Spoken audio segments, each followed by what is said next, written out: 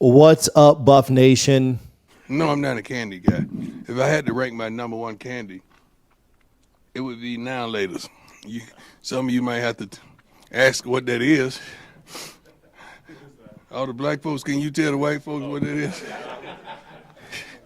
Today we've got several great news stories for you, so we're going to make like a butcher and get chopping. Our main story today is about Coach Prime's epic 5-day plunder.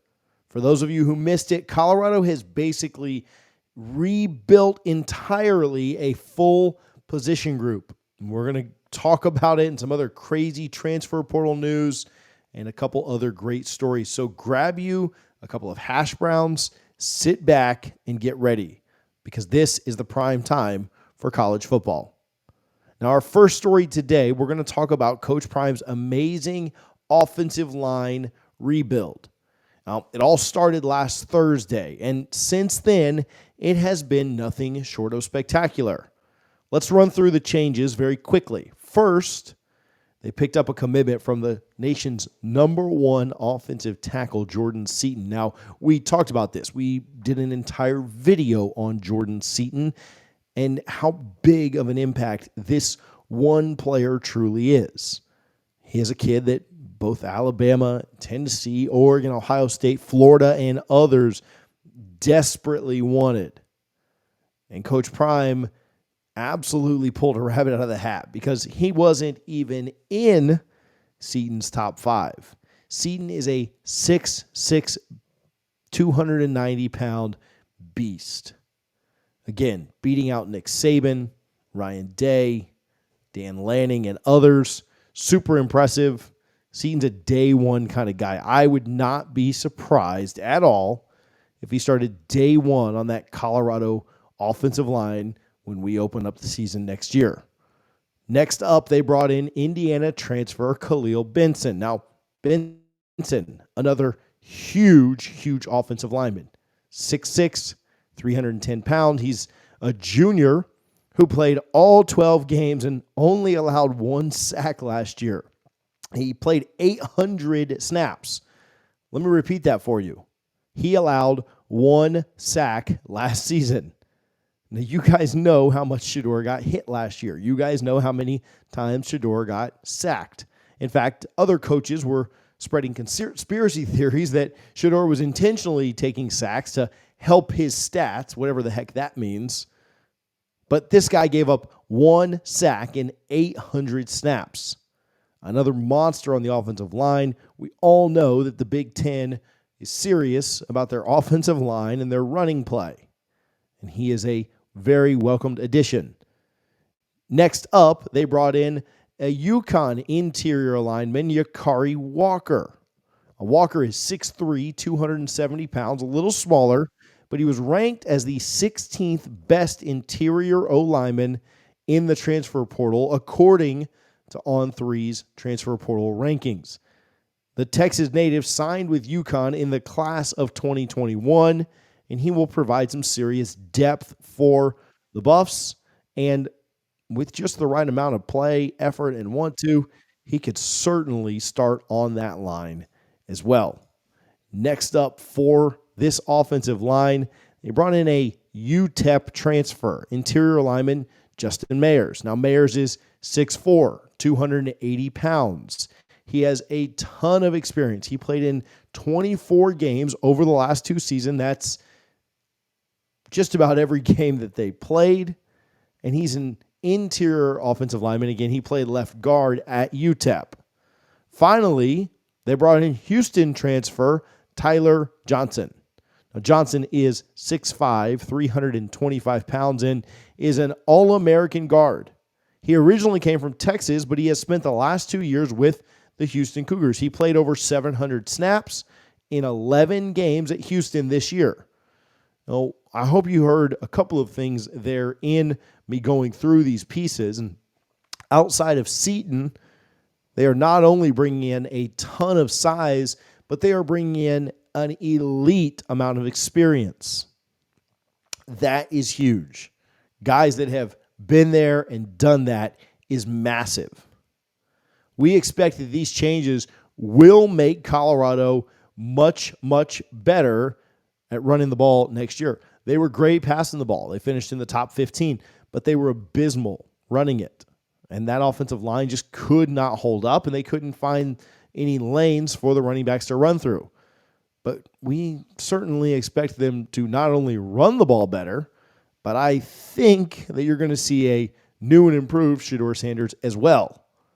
With all of these improvements, does Shedeur have a realistic shot this time at competing for the Heisman? Well, he certainly had odds early in the year when they were 3-1, 3-2, 4-2, but that fell off when they started losing games. But if you learned anything this year, based on the Heisman that was just awarded to Jaden Daniels, is you can drop a couple of games and still win the Heisman Trophy if you are truly spectacular. And Shedeur was phenomenal last season when he wasn't on his backside. With this revamped offensive line, he should be able to be even better now that he's not running for his absolute life. Now, what do you guys think about the new additions on the offensive line? Do you think that Shedeur has a chance to compete for that Heisman Trophy? I'm telling you, this offense was really good last year. It's going to be even better this year upcoming. Let me know down in the comments what you think. Are you placing any early action? The Heisman was just awarded a couple of days ago. Are you trying to find out where you can place action on Shedeur winning it next season? Next, we're going to talk about a big pickup for the Buffs, and that is 4-star wide receiver Dre'lon Miller. Now, Miller is a top 70 recruit in the 2024 class, and he was previously committed to Texas A&M. In a recent article, 247 said Miller was a devastating offensive weapon who makes plays for his high school team at receiver, running back, and Wildcat quarterback. Now, he's accompanied by ample defensive snaps, and he also has return game experience as well. He wins with physical tools. He's got great instincts. He's got a lot of tenacity and a very high football IQ. He's one of the most dynamic run-after-catch playmakers in the country, and he's produced astronomical receiving numbers and limited but strong rushing totals in his sophomore and junior seasons. Does that remind you of anybody else? Do you hear anybody else in that when you start to hear it? Now, I'm not comparing Miller to Travis Hunter just yet, but the dynamic playmaking after the catch, the ability to line up literally anywhere and impact the game, both on the offense and defensive side of the ball, the ability to even get in the Wildcat if he needs to, is pretty impressive. And again, he is not quite Travis Hunter. I'm not saying that that's the case, but some of the comparisons, some of the things that they're calling Miller certainly have me excited. Lastly, we're going to talk about Colorado continuing to dominate in the transfer portal. Now, they were very good in the transfer portal last year, and you guys know that. But this weekend, they're not done just yet.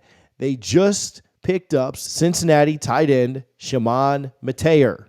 Now, he's a 6'5", 250-pounder who was a dominant force for the Bearcats this year. He had 23 catches, 258 yards, and 5 touchdowns. He was a weapon inside of the red zone, and he was a great blocker as well.